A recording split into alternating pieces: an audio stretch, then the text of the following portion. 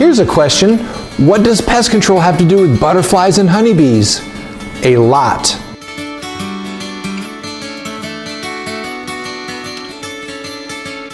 Hi, Gene here. I am very excited to bring you this video series, Pollinators and Pest Control. We're following one house through the entire pest season so you can get an idea about what we do to manage a property and hopefully get some ideas about what you can do around your home as well. The unique thing about this particular house is the homeowner's passion for honeybees, butterflies, and birds. So come with me, let's go down to the property, check it out, and see what they got going on.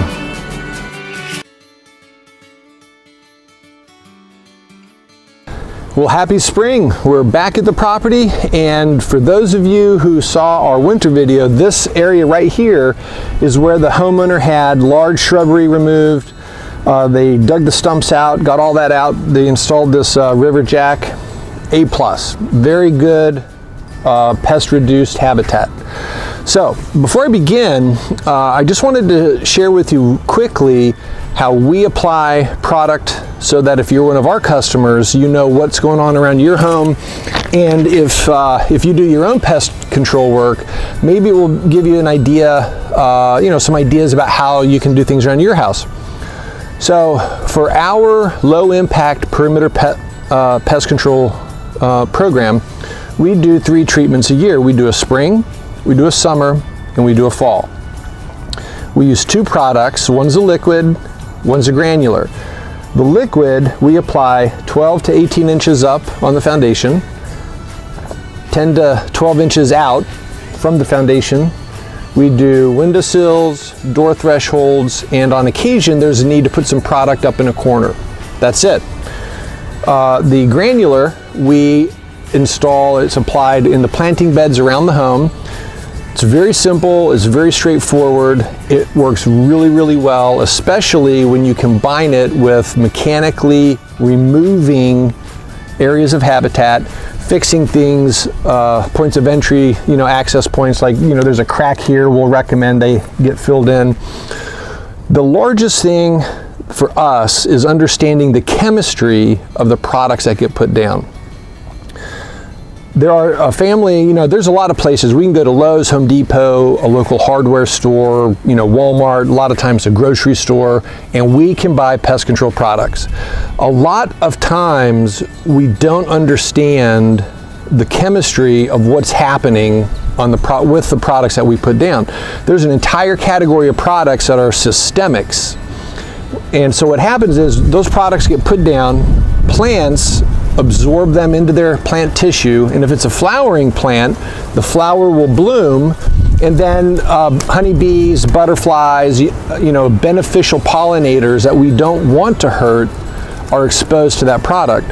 So understanding the chemistry of what's happening with the products that get applied around your home is at least for us, it is very, very important part of pest control. So with that said, let's walk around the house and let's see what we have going on, and hopefully we'll give you some ideas about what you can do around your home. All right. So another area regarding habitat elimination is shrubbery like this. We only put product from here down, and we go around the windows. When we have a situation like this, where this tree comes all the way up here and touches the side of the building, that creates a bridge for insects to just travel up the tree, get into the building, and they never come into contact with the pest control product. So one of the ways we can mechanically reduce pest problems is by keeping trees, shrubs, ornamental plants off of the building, about 12 inches. And that way we're not creating a bridge where the insects go up and over the pest control product and get right into the building. If the insect does not come into contact with the product, it's not going to be taken care of. So mechanically keeping shrubbery and plants off of the building goes a long way to helping use less pesticides in and around your home. Another question we get asked all the time is about mulch. So Having mulch in our flower beds and planting beds from a gardening standpoint is great because it holds moisture, it helps control weeds. You know, it's a little bit of a trade-off. So this client, they have lots of river rock around their home. The one space they want to have mulch is in their front entry here to the house. And I understand, you know, they have a landscape plan they want to do. The thing is, when you have mulch, just be really vigilant.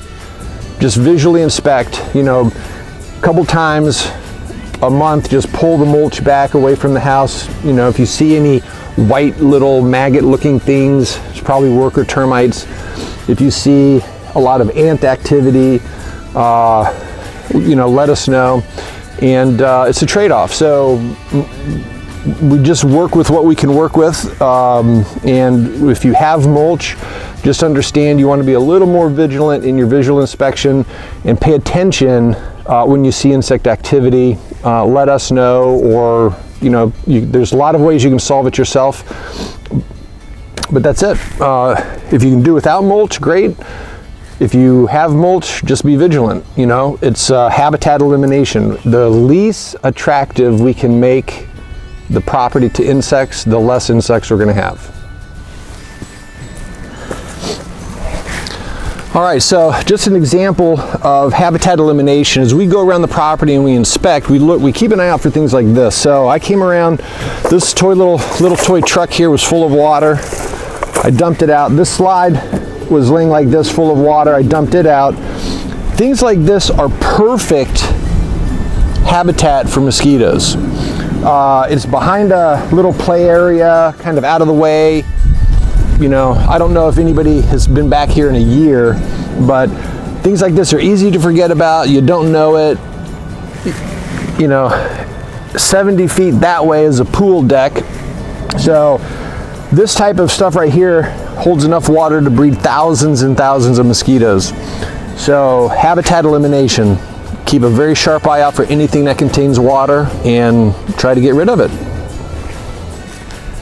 Okay, here's another good example. We showed this area in the winter video, but you know, it is out of the way. Homeowner probably never comes back here, or if they do, very, very rarely. But all this leaf debris up here, all the leaf debris under the shrub over here, perfect habitat for insects. And when we do our treatment, any insects living underneath of this material, you know, if the insect does not come into contact with the product is not going to work. So anything we can do to remove habitat, discourage insects from moving in the first place, will go a long, long way to helping reduce insect populations without the use of products. The goal is to use the least amount in and around the home as possible, and you know, solving physically or mechanically, solving this, getting all this out of here, goes a long way to helping us keep a bug-free home. Okay, one last thing I'd like to quickly mention is don't forget about your lawn when you consider this season's pest control program. This customer's home is a very good example of what I'm talking about. So they have back here, this whole section back here is going to be a butterfly garden for pollinators, butterflies, honeybees. They have a bird feeding station right here. Directly adjacent, they have this lawn. And if this client were to have a lawn care program and they were allow, for example, if they allowed dandelions, clover, and other flowering weeds to grow in their lawn, and then they had applied a grub control product, or they apply a surface feeding insect pesticide product, those products may have systemic pesticides within them that are then absorbed into the plants. Then now you would have a situation where the dandelions, the clover, the chickweed flowers are now toxic to the same butterflies and honeybees you're trying to attract right here, and it's totally counterproductive. So at least to us, understanding the chemistry and what we're trying to accomplish, and getting the chemistry for the products that are going on your property is very, very, very important to have that clearly understood, and what's taking place with those products as it relates to the environment. That's the quick spring video. I hope you enjoyed it, and I will see you guys in the summertime.